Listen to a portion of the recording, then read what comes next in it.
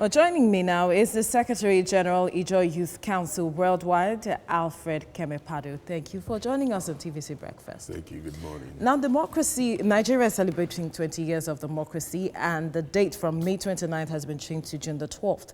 But then when you look at the concept of democracy being government of the people, for the people, and by the people, when you look at the president's speech, is this really, and the things that he has planned to do for the Nigerians, is it something that will entrench democracy that Nigerians can benefit from? Of course, the things he has planned to do are the things that will entrench, like you rightly said, but there's a difference in planning and there's another one executing. All right. So the problem has never been with the planning, it has always been with the execution. So he needs to concentrate more on how these plans can be executed. And part of the ways he can quickly execute these plans is to begin to review the laws that will prosper the execution of these plans. When you talk about laws, are you talking about legislations and yes, policies? I'm talking about legislations. But when I'm talking about legislations, I'm not talking about the legislations of anti-corruption and other things. There are more legislations that can be attended to that can even fight corruption. Like there what? are legislations that has to do with the ease of doing business in the country. From information available to me, there are legislations that are on top of the president's desk now that can facilitate the ease of doing business that is waiting for him to attend to. He needs to attend to things like that. Then we can also talk about a thriving economy that will bring about everything he talks about and not talk about the issues of power. We need to begin to think about the unbundling of the power industry. Why should we still leave it in the exclusive list? I want to congratulate the president that even in recent times, he had thought about state policing with the other governors. Whether that is a way to go, whether it is going to be rejigged to get into, to cross the T's and dot the I's to make it a perfect document, it's a way to go. So it needs to also begin to rethink the power sector because that's critical. But some of these things that you have mentioned, that we have a ninth assembly that was just inaugurated. Now, they are saddled with some of these things. How would you want them to go about ensuring that they are effective to, or they are central to ensuring that all of this that the president has spoke about come to light? Well, the impression we have is that the president has an assembly that is ready to work with him, so let's give them a chance to work with them. But far and above that, I must tell the president and the presidency that you can work with everybody. So you could have worked with the former. So now that you think you can work with this one, please work with this one and let us lay all of these excuses When you're aside. speaking about working, because sometimes when you look at, now it is an APC, the speaker That's what it was. The speaker is, this is what the party wanted initially, but then it was truncated when Saraki came in. And now what they want is there, and people are saying, we don't want a rubber stamp. And then when they antagonize the president, perhaps it is seen as, okay, there is some sort of rancor. So how would everybody be able to spell their responsibilities without any issues? That comes back to the main issue. You see, the running of this country should not be about what the president wants. It should be about what the people want. It should be about the capacity of the president to manage the good, the bad, and the ugly. It should be about the capacity of the president to handle rough situations and make them smooth. So he has that responsibility again, like he had it before, to manage even this assembly. Like you're saying, if this assembly turns to be a rubber stamp assembly, it's going to boomerang for everybody. So he also now has a responsibility to manage them and to relate with them in such a way that they can maintain their independence and be reflective of the constituencies they represent, because that's why they are there. They are not an adjunct of the presidency. They are not an appendage of the presidency.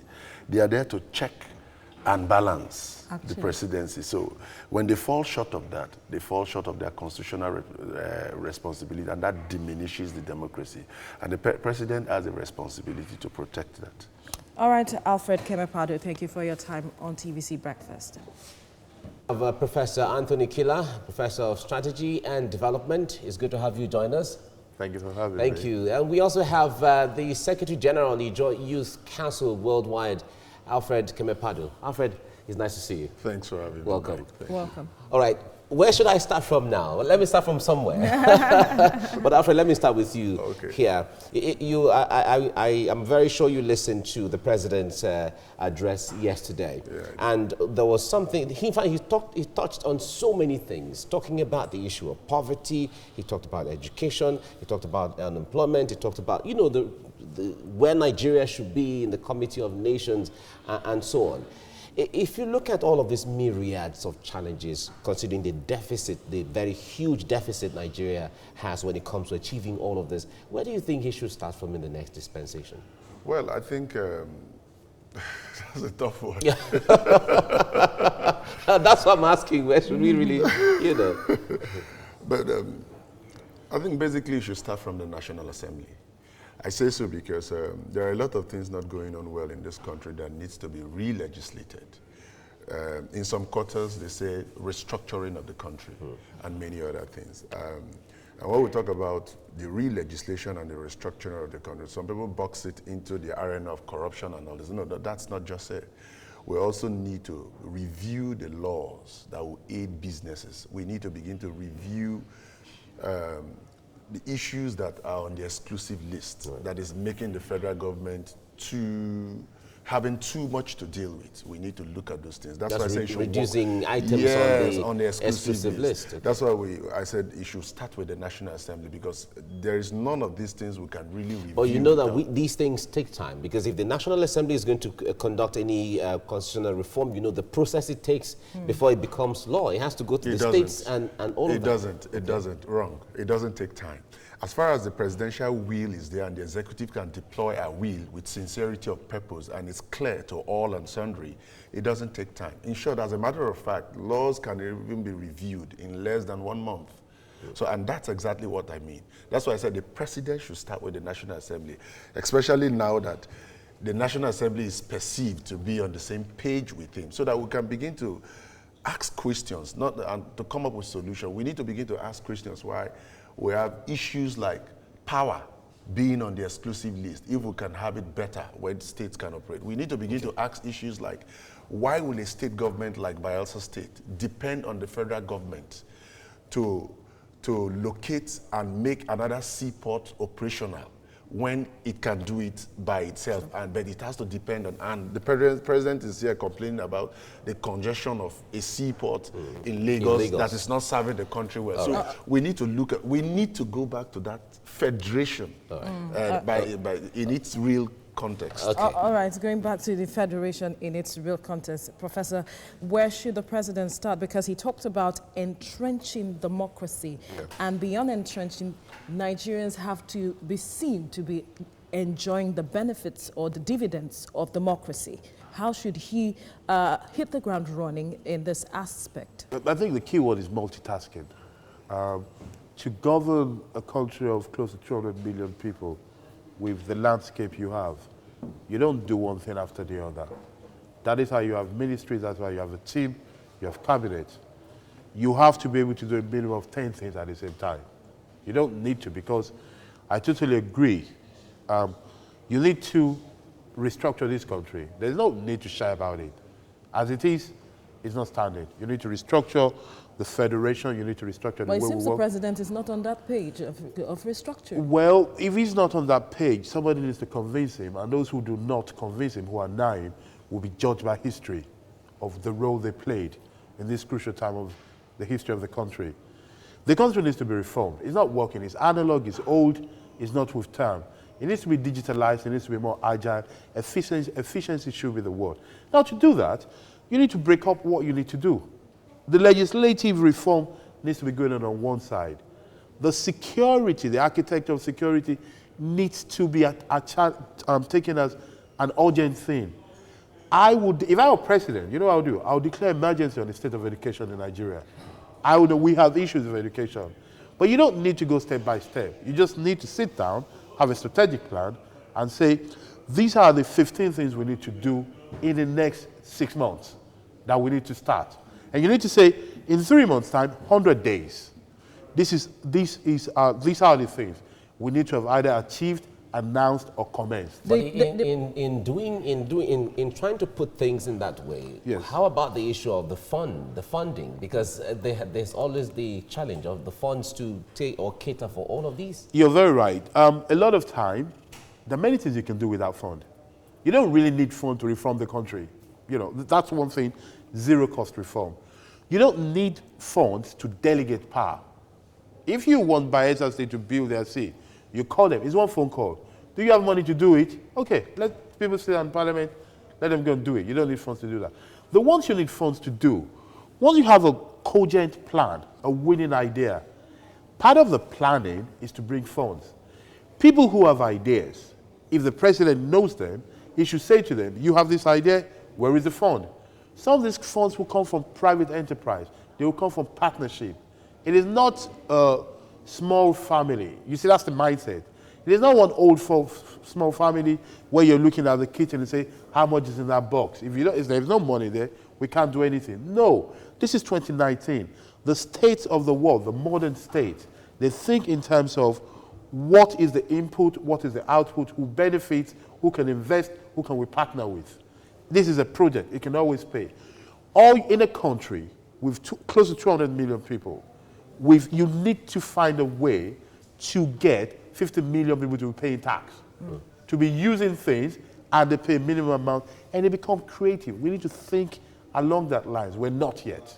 All right, I come to you, Alfred. Now, the president talked about having a strong team, moving forward.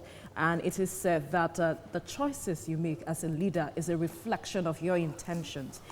What is the strength or the strong in this term that you would like to see when the president makes his appointments eventually? Well, I mean, I look forward to the president making an appointment based on competence, capacity, and the willingness to deliver. Possibly beyond party lines, if he can, because... Would that be possible? Well, it's possible. It's been done. We have had governors like Governor Seriake Dixon of Bayelsa State having his appointments even from the APC. So it's possible. See, let me tell you something. If this country was a patient in a hospital, it would be in the emergency ward. At that particular point in time, what you need is the most competent doctor. Do you get? Let me tell you something. When I keep saying this, the president is about the age of Nelson Mandela when he was president of South Africa. And one of the most important things he did was to build a reconciliation of the country, both whites, black. There were no blacks South Africa, there were no white. So the president has the age and he needs to put on the capacity to build a Nigeria with those who can deliver. Because at the end of the day, he is going to be judged by the legacies that lives after him. And let me also tell him he has no excuse now. I'm getting signals from Abuja. Let me put you gentlemen on hold. Let's cross over to Abuja. We have joining us now the Senior Special Assistant to the Vice President on Media and Publicity, Laolu Akonde. Laolu Akonde, it's good to have you join us right now. Let me say Happy Democracy Day to you and other Nigerians as well. We're still in the euphoria of things. Now, listening to the president's speech yesterday, a lot of Nigerians had a lot of hopes. But there are comments here and there that the president mentioned a lot of things, but they still want to know where to hold the president when it comes to what really he wants to do in the next dispensation. Hello, good morning and thanks for having me. I didn't quite hear the question. All right, if you can hear me, Laolu Akonde, thanks for joining us. I am saying that from the president's speech yesterday, he touched on so many things that he is committed to doing, but Nigerians still want to know specifically what he wants to do. Oh, well, thank you very much. Well, it's very clear, what the president has set out in the speech. The president started by doing a review of where, by the grace of God, he has been able to lead the country in the last 4 years. He talked about how the economy was brought out of recession and how today we've had 8 consecutive quarters of growth. He was also specific, about having the manufacturing managers index, which has been rising in the last 26, 28 months since 2017. He talked about how, you know, the government has been able, you know, to sustain what has become the largest social investment program in Africa, you know, where today we are touching the life of millions of our people, be it in homegrown school feeding, be it in Empower, conditional cash transfer, and the microcredit loans. He talked about the plans of the government in the area of infrastructure, how the government is settling old debts, including pensions that have not been paid for decades.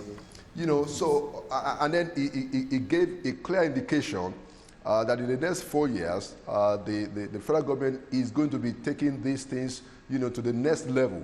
We're going to be ramping up on infrastructure, ramping up on social investment. Now, Laulu, my question to you has to do with the aspect of the president saying that he is ready to lift 100 million Nigerians out of poverty. It is doable. What are the plans in place that the president wants what are the plans that the president wants to put in place to ensure this? Because Nigerians are expectant. Yeah, thank you very much for that question. Now, I think at this point, Nigerians are clearly convinced that the Buhari administration is one that has demonstrated a keen interest in addressing the needs and the welfare of ordinary Nigerians. Like I said earlier, this is the government that for the first time in the history of this country came up with a very ambitious social investment program that is targeted exactly at, you know, lifting Nigerians out of poverty. As a matter of fact, you know, in the past 3 budget cycles, the president has proposed to spend 500 billion in order to begin to address some of the core problems of poverty. Now, but of course, you know, we've not been able to generate as much money as we intended. The point I'm making here is that already President Buhari has shown determination and a plan of how to address some of these social problems that are coming out of poverty. And yesterday he was explaining that there is no reason why within 10 years Nigeria cannot take out 100 million people out of poverty. And talking about the plan, he has shown in the last 3 years, you know, the kind of money that he intended to spend and the kind of money that has been made available due to limited resources that has gone into social investment in this country is unprecedented. It is in fact a model in the continent, and other countries are beginning to ask questions, to understand what we are doing, and the program itself has won recognitions and accolades in far places as far as United Nations.